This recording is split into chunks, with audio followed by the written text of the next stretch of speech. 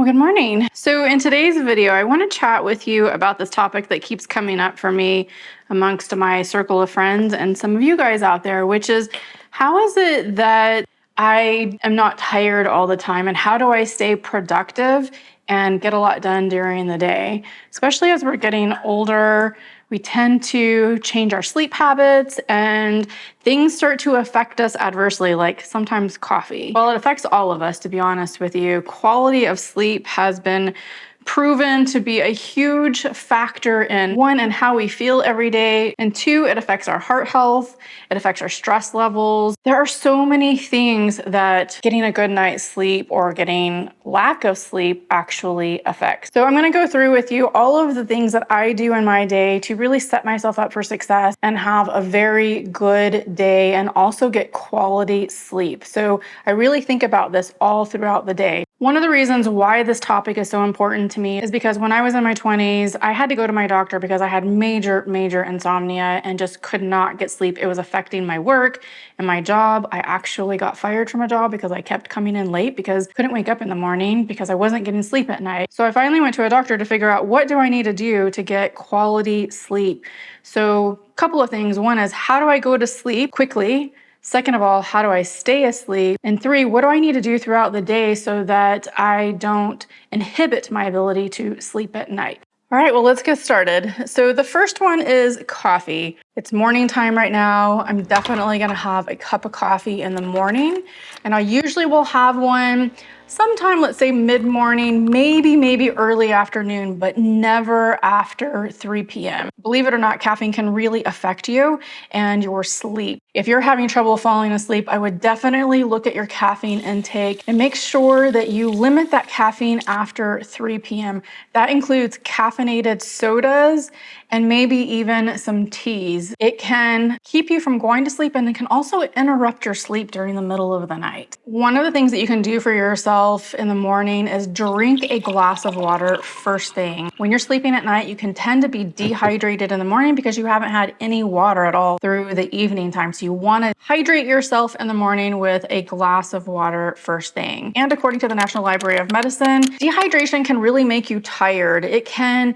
even make you dizzy. So drinking that water first thing in the morning is going to wake you up. It's going to increase your energy and also help boost mental performance. Another thing that I do to help me actually start kind of winding down for the evening and get my digestion and everything set up for sleep is I drink green tea and chamomile tea together. The green tea that I drink does have caffeine in it, but it's very minimal and it doesn't seem to affect me, but you can get decaffeinated green tea if you want. Green tea is going to help with your digestion. So if your digestion is working well, you're going to have a better night's sleep. If you're one that tends to have acid reflux or heartburn when you go to bed because you've either eaten too late, which also is another thing, I don't eat really late at night. So drinking green tea is definitely going to help your digestion so that you don't have any issues while you're sleeping at night. The chamomile tea is actually going to help calm your system and start mentally bringing your energy level down a little bit and prepare you for sleep. It also helps reduce your anxiety, your stress. So at night, I mix these two together in 1 cup, add just a little bit of honey, and then I drink that about 1 hour before I go to bed so I can actually start relaxing. Speaking of getting a good night's sleep, I want to thank today's sponsor, which is Dorilla. This is a Dorilla pillow. Now, it's an ergonomic memory foam. This thing is amazing. It actually really supports my neck, my head, and my shoulders, all on this little area right here where your neck goes. I am a side sleeper. Sleeping on my side or my back, this is perfect for it. Dorilla also says people who sleep on their stomachs, this is good for them too. Another huge thing for me when I'm buying bedding, especially pillows, is the smell and to make sure that it's chemical free. This has no scent to it. It's chemical free, toxin free. The other thing that I love too is you can take the mattress cover off. There's a little zipper right back here and throw it in the wash. The other great thing is you can take this when you travel. You can actually compress, put it in a compression bag. You'll see how right here where when I received it, how compressed it was. And then it just pops back into place and you're ready to go to sleep. They have put a cooling layer on the upper part of this pillow so that you're not going to wake up sweating and be uncomfortable. This pillow is going to work for everybody because it conforms to your size and your shape when you put your neck and your head right here in that contoured area. I know that I'm going to get a good night's sleep because my head and my neck are really aligned with my back and my spine to make sure that I'm not having any crazy pressure points or any pain when I wake up in the night or in the morning. So currently for all my viewers, Dorilla is running a 70% discount for all of my viewers. You can test the pillow with a 30-day money-back guarantee as well. This deal is not going to last long, so make sure you click the special link in my description box to get your very own Dorilla pillow. All right, back to the show. Now, this is an absolute big one, and that is to reduce your stress. Now, I reduce my stress with meditation. There are all kinds of meditations out there. So if you're saying that you can't meditate because your mind wanders, doesn't matter. You can do a breathing meditation, which is actually one of the most beneficial things for you, because when you do deep breathing,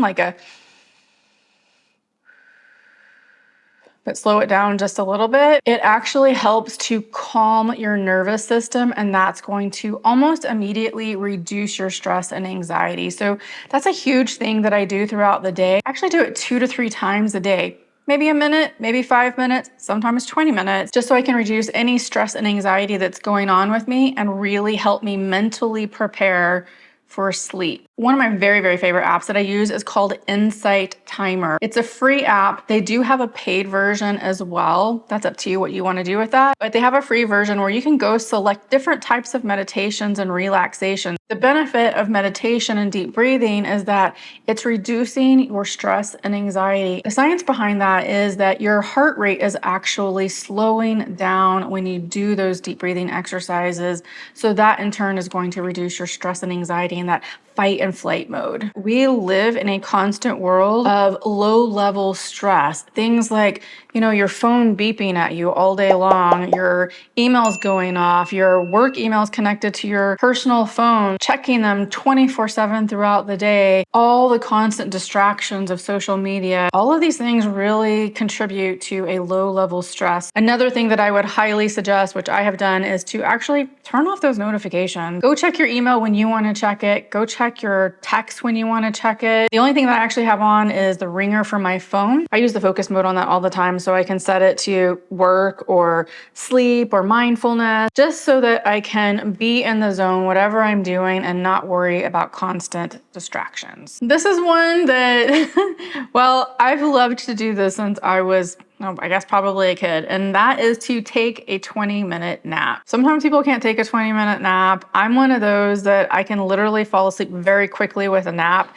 and in 20 minutes, I'll wake myself up on my own, and then I feel really, really rested. Anything after that, I'm feeling very sluggish and very tired. That actually helps to reset our mind, our body, give us a little bit of relaxation through the day and rest our mind. A nap during the day is going to boost your workday performance, it's gonna benefit your mental capacity and focus throughout the day, as well as relieving some stress and bringing that heart rate down again. Just make sure you're listening to your body. If you are feeling tired throughout the day, don't go grab a rock star or some kind of energy drink. Go and take a quick 20-minute nap and see how that feels for you after you wake up. I always make sure that I take a nap before 1 p.m. If I take a nap anytime after that, it's going to start affecting my sleep cycle at night. I do take some supplements that also help me to sleep. So they have many other benefits besides just sleeping, but I started taking these very early on in my life, and that was a magnesium supplement. Now, one of my favorite ones is from Natural Vitality called Calm. They have different ones. They had just a magnesium citrate supplement, which I would take, but it is a powder. It tastes good. This is a berry flavor. In this, there's magnesium and GABA, which is also good for heart health. It's good for anti-inflammatory. It helps to regulate your blood sugar, reduces your stress. It helps you sleep at night and also reduces your anxiety. Are you seeing a theme here? Reduce stress, less anxiety, inflammation, bring your heart rate down. They are all very much correlated with overall well-being and getting a good night's sleep and then waking up refreshed so that you don't have any of those issues that we're talking about. By the way, you don't have to write any of this down. I'm going to write it down for you in the description box so that you have all of the information that you need for these different things that I'm discussing. The other one is the 4-Sigmatic mushroom cacao mix. Holy cow, guys. And it's made with mushrooms. Now this thing, I swear by it, guys. It is amazing. If you want a cocoa at night, something chocolatey and hot, this is my go-to for that. So instead of having this magnesium powder, which might be overkill, I have done both before, but I don't always need it. I'll just do this cacao mix, and you just mix it with hot water. That's it. And then you drink it up, and I sleep so well with it. It has some of those same properties of reducing inflammation and actually really calming you and getting a good night's sleep. Mushrooms are also great for your immune system too. The next one, well, I can't say enough about this. I do not like to sleep hot. If you've seen any of my videos in the van where I'm hot outside or it's humid, it just is a recipe for disaster. So I like a very, very cool bedroom when I'm sleeping. I usually will turn the temperature down to maybe 62, 63. I'll also switch on my fan, and I like to snuggle up under the covers, which for me actually helps me to sleep really, really well. If you're hot, typically gonna thrash around and not get a good night's sleep, and it's just gonna feel very, very uncomfortable. Try setting your temperature a little bit lower in your bedroom. I'm also very, very specific on how I set up my bedroom for a good sleep experience. Now, one of those is I don't have a TV in my bedroom. I learned that from my doctor when I was in my 20s. He said to absolutely take that TV out of the bedroom. The bedroom should be for sleeping and sex. That's it. I want to make sure that I set my bedroom up for a very relaxing experience. TV isn't very relaxing. The light that comes from it is going to keep you awake. The noise from it, it just sometimes sets you up where you cannot fall asleep very easily. Your mind also tends to really think about what you were just watching, especially if you're watching anything that's negative. If you're watching the news before you go to sleep at night, that's just a no-no. I won't do it because your mind is really thinking about all of those things before you go to bed. It can create stress, it can create worry and anxiety, and that is not what we want before we go to bed. So ditch the TV in the bedroom. The other thing that I do is I like to read before I go to bed. That actually starts mentally preparing me for sleep and somehow really relaxes me. So I actually do have a Kindle that I use. The great thing about this is the Kindle doesn't have a bright light on it. You can actually dim it as much as you want. You don't need a reading light for this as well, like you would with a traditional book. Speaking of lights, phones, no, no, no. These lights from the phones are so bright on our eyes, especially if you're in the dark in your bedroom and you look at your phone. I make a habit of not touching my phone and reading on it before I go to bed. And I definitely try as hard as I possibly can to not look at my phone in the middle of the night. That absolutely will interrupt my sleep. I used to, even though I knew it was a no-no, is I would look at my phone, read my emails, read social media, especially if I couldn't sleep for some reason in the middle of the night. I would pick up my phone and I'm just scrolling away, looking at everything.